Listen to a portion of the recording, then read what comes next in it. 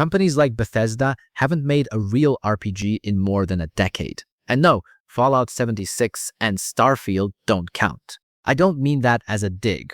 Well, okay, I mean it a little bit as a dig. But the point is that if you're someone who actually cares about things like meaningful choices, real character building and writing and stories that respect your intelligence, you've probably noticed that that genre is quietly thriving somewhere else. CRPGs, computer role-playing games, the isometric top-down turn-based cousins of Fallout, have been having an absolute renaissance. These are 8 of the best. Some of them you've heard of. At least one of them is going to make you angry that you waited this long. For each one, I'll say who I think it's best for, and I'll also make sure to cover both their pros and cons, so that you know which ones you'll probably enjoy and which ones you won't. Because nothing on this list is perfect for everyone. But I really believe that everybody will find at least 2 or 3 picks that they enjoy. Let's dive in. Number 1. Baldur's Gate 3. Play this if you want the gold standard of what a modern RPG can be. I'm going to start with the obvious one and get it out of the way, because if I made a list of the best CRPGs and didn't put Baldur's Gate 3 on it, I'd deserve everything that came my way in the comments. Baldur's Gate 3 is the best RPG released in the last decade, probably longer. It sold over 15 million copies, won basically every award that exists, and somehow managed to be both a love letter to old-school CRPGs and a genuinely modern game at the same time. The character building is deep. The story is excellent. The companions are the best written cast in any RPG I've played. And the level of reactivity, the way the world genuinely responds to your choices, your race, your class, your decisions from 3 acts ago, is something that Bethesda has been promising and failing to deliver for 20 years. The Fallout connection is the DNA underneath everything. Baldur's Gate 3 is built on the same philosophy as the original Fallout games. Give the player a complex world, give them real choices, trust them to figure it out. The systems are different. The setting is fantasy rather than post-apocalyptic. But the feeling of playing a game that takes your decisions seriously is identical. Where it's missing the mark a bit, and it does get weaker in places, is the 3rd act. The first 2 acts of Baldur's Gate 3 are near perfect. Act 3 is massive and ambitious and slightly rushed, with some storylines that don't quite land the way the earlier ones do. It's still great. It's just not as great as what came before it, which is a weird complaint to have about a game. Pros. Best true role-playing game of the decade, period. Companion writing is incredible. 10 out of 10. Reactivity and consequence at a level Bethesda has never managed. Co-op if you have friends who can handle this much game. Cons. Act 3 is noticeably weaker than Acts 1 and 2. The D&D rules system has a learning curve. The game and story is enormous. Clearing everything takes well over 100 hours. I guess this can be both a pro and a con, depending on your preferences. Personally, I like games with a lot of content, but I understand how it might be too much for many players. Number 2. Age of Decadence. Play this if you want the most brutally consequential RPG you've ever encountered. Age of Decadence is not a game that many people talk about, and they should. It had the misfortune of coming out in 2015, same year as Fallout 4 and Witcher 3. It was made by a 2-person team, and it looks like something from 2005. I'm telling you this up front, because if you judge it by its visuals, you're going to miss one of the most interesting RPGs ever made.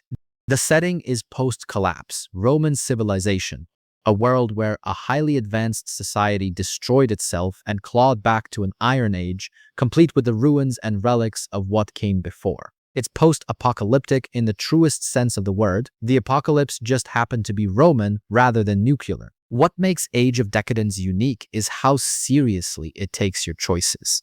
Most RPGs let you build whatever character you want and then quietly accommodate you. Age of Decadence doesn't do that. If you build a smooth-talking merchant and then try to fight your way through a combat encounter, you will die. Repeatedly. Embarrassingly. The game is built around the idea that you are one type of person with specific skills and capabilities, and the world will reflect that back at you with zero apology. A speech build opens up entirely different paths through the game than a combat build. Not just different dialogue options, different story beats, different factions, different endings. The weakness is the same thing that makes it great. it's completely unforgiving and deliberately obtuse. This is a game that will make you feel stupid before it makes you feel clever. If you don't have patience for that, walk away now. Pros: most reactive skill system in any RPG. Your build genuinely determines your story. Post-collapse setting with real depth and history. Multiple distinct playthroughs that feel completely different. Writing that is sharp and occasionally darkly funny. Cons: visually dated even by indie standards. Brutally difficult if you try to play outside your build. Very short by modern RPG standards, intentionally so, but worth knowing. Number 3, Divinity, Original Sin 2. Play this if you want the deepest tactical combat in the genre, combined with a world that's genuinely fun to break. Before Baldur's Gate 3 existed, Divinity Original Sin 2 was the answer to what's the best CRPG right now. It still holds up. Larian Studios, the same people who made Baldur's Gate 3, built a game where the systems interact with each other in ways that are endlessly entertaining. You can combine fire and oil, you can freeze water and then shatter enemies standing on it, you can teleport enemies into your own spells. The tactical combat is a sandbox, and once you understand the rules well enough to start breaking them, it becomes genuinely addictive. The story is strong, not BG3 strong, but strong, and the companion writing has real personality. What really earns its place on a list is the sheer freedom of the systems. You are constantly finding new ways to approach problems. The game trusts you to experiment, and it rewards experimentation in a way that most RPGs don't. The weakness is the difficulty curve. The early game of Divinity Original Sin 2 is very brutal if you don't know what you're doing, and the game does a poor job of explaining some of its core systems. I lost my first 8 hours of progress to encounters I didn't realize I was dramatically underprepared for. Learn from that. Look things up. Don't be proud.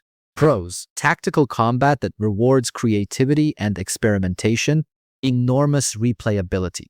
Different origins, different builds, massively different experiences. Co-op with up to 4 players. Writing and world building that hold up against anything in the genre. Cons: early game difficulty is brutal without guidance. The game doesn't explain itself well. Expect to need outside resources. The ending is divisive among fans. Number 4, Pillars of Eternity. Play this if you want the most direct spiritual successor to the classic Fallout formula. Pillars of Eternity was made by Obsidian Entertainment, the same studio that made Fallout New Vegas. The writing has that specific Obsidian quality. Morally complicated, occasionally dark, never talking down to you. The world has history that predates you and doesn't revolve around you. The factions have coherent philosophies that you can agree with, disagree with, or navigate cynically depending on who you decide to be. The setting is a fantasy world called Eora, where the nature of souls is a central philosophical and political question. It sounds abstract, but it works because Obsidian grounds it in the everyday politics of a world where people are actually suffering and actually disagree about the right answers. The main questline is excellent. The companion questlines are excellent, and the writing has a density to it, a weight that most RPGs don't attempt. Where it shows its age is the combat. Pillars uses a real-time with pause system that can feel messy and overwhelming, particularly in large encounters. It's manageable once you get used to it, but compared to the clean turn-based systems of some other games on this list, it requires more patience to master. The sequel, Deadfire, actually improves on almost everything. I definitely recommend playing both. Pros: Obsidian writing at its best, morally complex, dense, rewarding faction system with real philosophical depth. Companion questlines that develop organically through the main story, deep character building with genuinely meaningful choices. Cons: real-time with pause combat is an acquired taste. The opening hours are slow. It takes time to find its footing. The world lore is deep enough to be intimidating at first. Number 5, Tyranny. Play this if you've ever wanted to play as the villain and have the game take that seriously. Tyranny is the most unique game on this list. Also made by Obsidian, it puts you in the role of a Fatebinder, a judge and enforcer working for Kairos, the evil overlord who has already won. The war is over. The bad guys conquered the world. Your job is to administer the aftermath. The premise sounds gimmicky, but the execution is genuinely fascinating. You're not a villain in a cartoonish way, you're a person operating within a system of power that does terrible things, making decisions about how much you're willing to participate, how much you're willing to push back, and what that costs you. As one Redditor noted, this isn't your daddy's BioWare game where the evil option gets you an item and the good option gets you XP. The faction system is the best Obsidian has ever built. You're constantly managing relationships between groups that hate each other, and the choices you make in the first hour of the game echo throughout the entire story. Who you choose to genocide or spare can change who controls what territories, what quests you can get, and even what the goal of the game becomes. The weakness is the length. Tyranny is significantly shorter than most RPGs in this genre. You can finish it in around 20 hours, which feels truncated given how much world and story it's trying to tell. The ending in particular feels rushed, like the development budget ran out before the vision could be completed, which is a shame because what's there is exceptional. Pros: most original premise in the genre, you work for the villain, and it's genuinely complex. Great faction system. Writing that takes moral ambiguity seriously rather than using it as decoration. Choices from the very beginning of the game have real consequences throughout. Cons: noticeably short. The story feels cut off before it reaches its conclusion. The ending is widely considered unsatisfying. Combat is functional, but not the most interesting in the genre.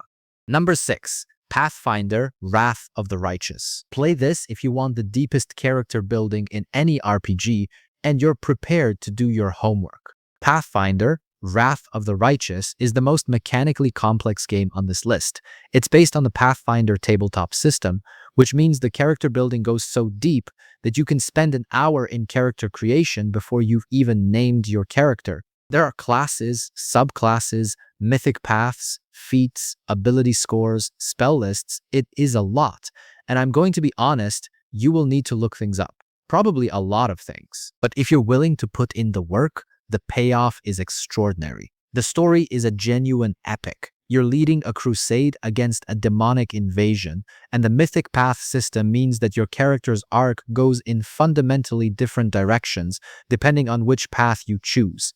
An angel playthrough feels completely different from a demon playthrough or a lich playthrough. The reactivity is exceptional. The thing that earns it a place on this list is the writing. The companions are well drawn, the moral choices are genuine rather than performative, and the world has the kind of depth that rewards players who want to read everything and understand the history of a place rather than just clearing it of enemies. Pros: very deep character building system. Mythic path system creates completely different playthroughs. Epic scope. This is a massive, ambitious game. Companion writing that genuinely develops over the course of the story. Cons: the learning curve is steep. This is not a casual RPG. The early game is rough until your build comes online. Some mythic paths are significantly less polished than others. Number 7. Disco Elysium. Play this if you've ever finished New Vegas and wished someone would make a game that was entirely the writing and none of the shooting. I've mentioned Disco Elysium on this channel before, but it belongs on this list because no list of the best CRPGs is complete without it. This is just an incredibly well-written RPG. The writing is better than most tabletop campaigns. It's better than most novels in the same genre. You play as a detective with catastrophic amnesia, trying to solve a murder in a decaying harbor city. What actually happens is that you rebuild your personality from scratch through the skills that make up your character's psyche, and those skills talk back to you. Your encyclopedia interrupts conversations. Your pain threshold gives you unsolicited opinions. Your electrochemistry argues with your conceptualization. It's funny, then melancholy, then funny again, in a way that nothing else in gaming manages. The thing to know going in is that it has no combat in the traditional sense. This is a pure role-playing experience. Dialogue, choices, skill checks, and consequences.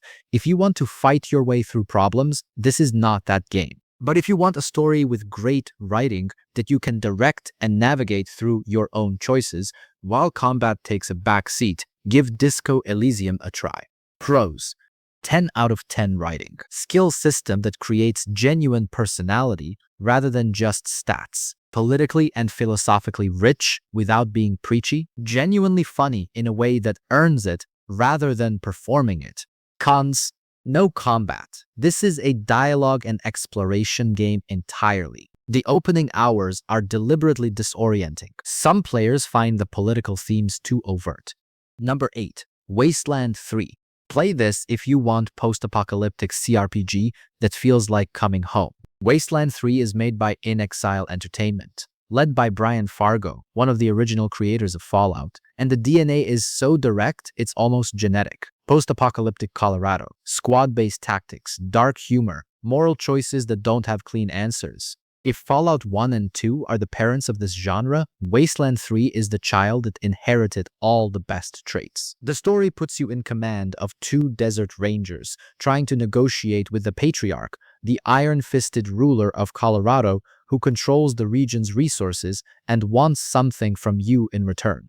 The faction politics are genuinely interesting. The writing has that specific flavor of dark humor where the apocalypse happened and people are still arguing about the same stupid things they argued about before. And the tactical combat is deep enough to reward multiple playthroughs with different squad builds. It's the most accessible game on this list, which is both a strength and a weakness. Wasteland 3 is significantly more beginner-friendly than some of the other entries here, which means it doesn't have quite the same ceiling of depth. But for Fallout fans who want a post-apocalyptic CRPG that feels immediately comfortable, nothing else on this list lands quite as close to home.